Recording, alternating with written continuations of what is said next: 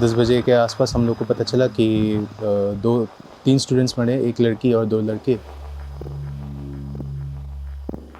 They started vandalizing whatever was there, burned the vehicles, vandalized our offices. 3 students have died. Nobody has so far said who are the 3 students. 8-9 बच्चों को ले जाके उनको अलग से मारा पीटी किया है। It was said that unless you protest now, tomorrow you may not be there to protest. मैं अभी मध्य प्रदेश के सीहोर ज़िले के वेल्लोर इंस्टीट्यूट ऑफ टेक्नोलॉजी के कैंपस के बाहर खड़ा हूँ। यहाँ आने का हमारा कारण ये है कि अभी कुछ दिन पहले की बात है जब यहाँ पर एक विवाद शुरू हुआ और यहाँ पर बहुत सारे बच्चे जो है इस कैंपस के वो देर रात जमा हुए और उन्होंने प्रदर्शन किया और वो प्रदर्शन जो है वो वायलेंट प्रदर्शन में बदल गया, जहाँ पर आगजनी की घटनाएं हुई और कैंपस की जो सामान है उसको नुकसान पहुंचाया गया। अब हम ये समझने यहाँ पर आए हैं कि इसके पीछे का क्या कारण है, क्यों छात्र जो हैं वो उग्र हुए और उग्र होने के पीछे के क्या कारण है। यहाँ पर कहा जा रहा है कि बीते कुछ दिनों से जो है वो छात्र ये मांग कर रहे थे कि यहाँ के जो पानी है और जो खाना है वो ठीक गुणवत्ता की नहीं है, जिसके वजह से यहाँ पर बहुत सारे मामले जॉन्डिस के आ रहे हैं।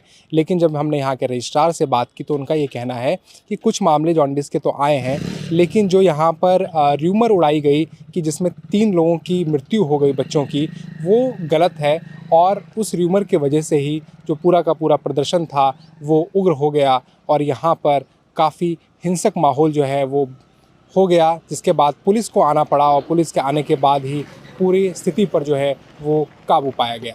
मंगलवार को वीआईटी भोपाल में जो उग्र प्रदर्शन हुआ वो अचानक हुई घटना नहीं थी, बल्कि महीनों से नज़रअंदाज की गई चेतावनियों, खराब खाने, खराब पानी की बार बार की शिकायतों और बढ़ती हेल्थ प्रॉब्लम का नतीजा था। यह हिंसा, जिसकी अब राज्य सरकार जांच कर रही है, एक ऐसी यूनिवर्सिटी के लिए मुश्किल सवाल खड़े करती है जो नेशनल लेवल पर अपनी पहचान बनाने का दावा करती है, फिर भी अपने कैंपस को अविश्वास और अव्यवस्था में बदलने से नहीं रोक पाई। घटना के बाद हजारों स्टूडेंट्स अचानक कैंपस खाली कर चुके हैं और राज्य सरकार ने इंस्टीट्यूट के कामकाज की जांच के आदेश भी दे दिए हैं। हालांकि वीआईटी प्रशासन पूरी घटना के पीछे सोशल मीडिया पर फैलाई गई भ्रामक जानकारी को कारण बताता है। To tell you the incidents, it started basically on Tuesday afternoon or say evening. There were murmurs of protest, and our team of people went and explained the position. That there is no cause for any concern or this thing, and the situation is well under control. But thereafter, there were a series of social media messages spread in the hostel that 3 students have expired, and more than 300 students are in a very critical condition, requiring medical intensive care. And then to add to it, it was said that unless you protest now, tomorrow you may not be there to protest. You may not be alive. So that has excited the students. And they came out of the hostel room and they were on the main road and they started vandalizing whatever was there, burned the vehicles, vandalized our offices, vandalized certain parts of the laboratories. And in the meanwhile, a lot of outside elements also rushed in. Basically उस रात जब 10 बजे के आसपास थोड़ा सा वो हुआ, 10 बजे के आसपास हम लोग को पता चला कि 3 स्टूडेंट्स मरे, एक लड़की और 2 लड़के। एक लड़का 3rd ब्लॉक का है और एक लड़का शायद 1st ब्लॉक का बताया गया था। फिर 10 बजे के आसपास थोड़ा सा हल्ला हुआ था, तब वार्डन और कुछ गार्ड्स आए थे, गेट से गार्ड बुलाए गए थे और 10-15 लाइक फैकल्टी और गार्ड मिला के 10-15 लोग आए थे और ब्लॉक 6 में आके बोला गया था कि आप लोग शांत हो जाइए। शांत कर दिया गया उस समय कि ये सब र्यूमर्स है, ये है, ज़्यादा अफवाहें ना फैलाए। फिर फ्रेशर्स जो 24 और 25 बैच के स्टूडेंट्स हैं, उनमें से कई 8-9 बच्चों को ले जाके उनको अलग से मारा पीटी किया है। और ब्लॉक 8 से फ्रेशर्स जो 25 बैच से आए हैं तो उनको ज़्यादा हैरास किया गया है। और लाइक प्रशांत कुमार पांडे जैसे ऑलरेडी न्यूज़ पे देखा होगा आप लोगों ने, तो वीडियो भी है उनका रेडिट पे कि बैठा के उनको मारा गया है फ्रेशर्स को। तो उसके बाद जैसे वो खबर पता चला तो ऑलमोस्ट 12 बजे के आसपास 22 बैच वाले निकल आए थे कि प्रोटेस्ट में कि ये फ्रेशर्स को क्यों पीटा जा रहा है और ये हरासमेंट क्यों हो रहा है फ्रेशर्स के साथ। तो इसी बात को लेके बाहर आया गया था और उसके बाद थोड़ा सा डैमेज भी हुआ है। मंगलवार देर रात जब प्रदर्शन हिंसक रूप ले गया, उसके अगले दिन ही प्रशासन ने यहाँ के ये चिट्ठी लिखी कि जितने भी बच्चे हैं वो छुट्टी पर जा सकते हैं और 8 दिसंबर तक जो है पूरे कॉलेज प्रमाइसिस को जो है वो सस्पेंड कर दिए गए हैं क्लासेस को। अब बच्चों का जो हुजूम है वो अपने घरों की तरफ लौट रहा है। जितने भी यहाँ पर 10 ब्लॉक्स हैं हॉस्टल्स के, उसमें से लगभग बच्चे जो हैं वो अपने घरों की तरफ लौट रहे हैं। उनका ये कहना है कि यहाँ पर जो व्यवस्था है वो ठीक नहीं है और इस माहौल में यहाँ पर रहना जो है वो उचित नहीं होगा। तो यहाँ पर भारत के तमाम राज्यों से बच्चे यहाँ पढ़ने आते हैं और वेल्लोर इंस्टीट्यूट ऑफ टेक्नोलॉजी जो है जिसका हेडक्वार्टर चेन्नई में है, उसका ही एक कैंपस भोपाल के पास ही सीहोर ज़िले में जो है वहाँ पर 8 साल पहले बनाया गया। और यहाँ के रजिस्ट्रार का कहना है कि 8 सालों में ही इसकी ख्याति जो है वो पूरे भारत में बन गई और तमाम राज्यों से यहाँ पर बच्चे पढ़ने आते हैं। लेकिन ये जो घटना है उनका ये कहना है कि ये दुर्भाग्यपूर्ण घटना है और इसके बाद जो है वो यहाँ की प्रतिष्ठा और यहाँ का जो प्राइड है वो कम हुआ है कैंपस का। सीहोर जिला प्रशासन की तरफ से पानी और खाने के सैंपल्स लिए जा चुके हैं और उनकी जांच चल रही है।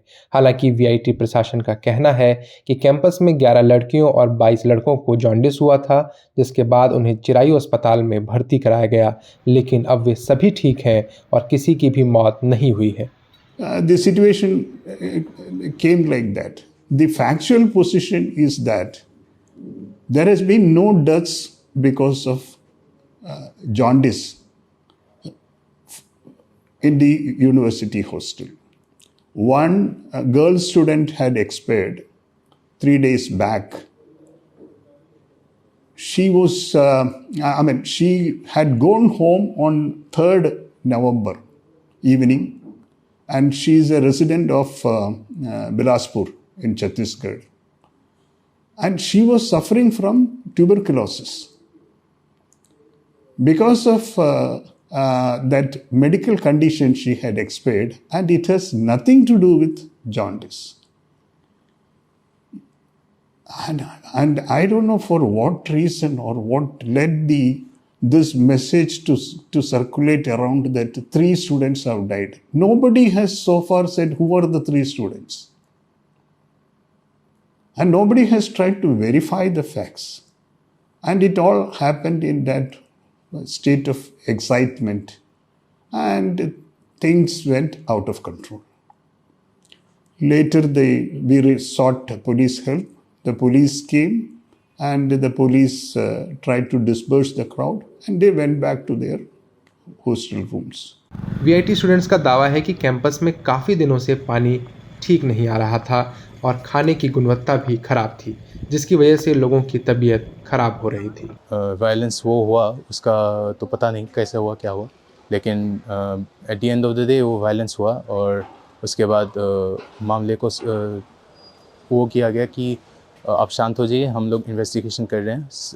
ऑलमोस्ट 4:30 के आसपास पुलिस की गाड़ियाँ आई और हम लोगों को शांत किया गया कि आप शांत हो जाइए। और जो भी आरोप है, जैसे कि जॉन्डिस कैसे क्यों फैल रहा है और मेस की क्वालिटी और मेस के खाने की क्वालिटी और पानी की क्वालिटी में क्यों खराबी है, वो इन सब का इन्वेस्टिगेशन चलेगा। साथ ही में अभी जितने भी बच्चे हैं वो सुबह अपने घर के लिए निकल गए हैं ऑलमोस्ट, और ऑलमोस्ट आधा हॉस्टल खाली हो चुका है। Yeah, let me clarify. The water that is required, the entire water is groundwater. We are not using tanker water for drinking purpose. We have enough. This is is a rural place with enough water, groundwater, and we are using the groundwater. secondly, we have a regular mechanism of monitoring the water that is used for drinking, cooking purpose and all. In fact, we have an RO plant, and the water that is used for drinking or cooking purpose is from the RO plant. Now, we have a regular system of monitoring the water quality. What is the TDS test is done 3 to 4 times every day, and records are maintained.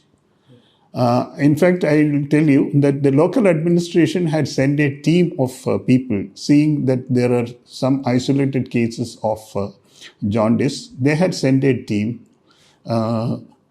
early this week to see the process and understand this thing, and to make any suggestions if we require any course correction. They were satisfied. They have not made any suggestions to us. On Monday, they have collected the samples of water as well as the food items. We have not got any report of any adverse finding. Sir before coming to you, मैंने student से कुछ बात की यहाँ पर. उनका ये कहना था कि लास्ट ईयर जो है वो अप्रैल मई में भी कुछ प्रोटेस्ट यहाँ पर हुए थे, और उसके बाद उनका ये कहना है कि कई बार उन्होंने रिटर्न में एडमिनिस्ट्रेशन को लिखा इसके बारे में कि वाटर इशू को लेकर और फूड इशू को लेकर. क्या कभी आपके पास कुछ रिटर्न में कुछ कंप्लेंट आई स्टूडेंट्स की तरफ से? Sir, we have a regular grievance or suggestion process in which students raise various issues. Somebody has some issue with regard to some particular food item, or some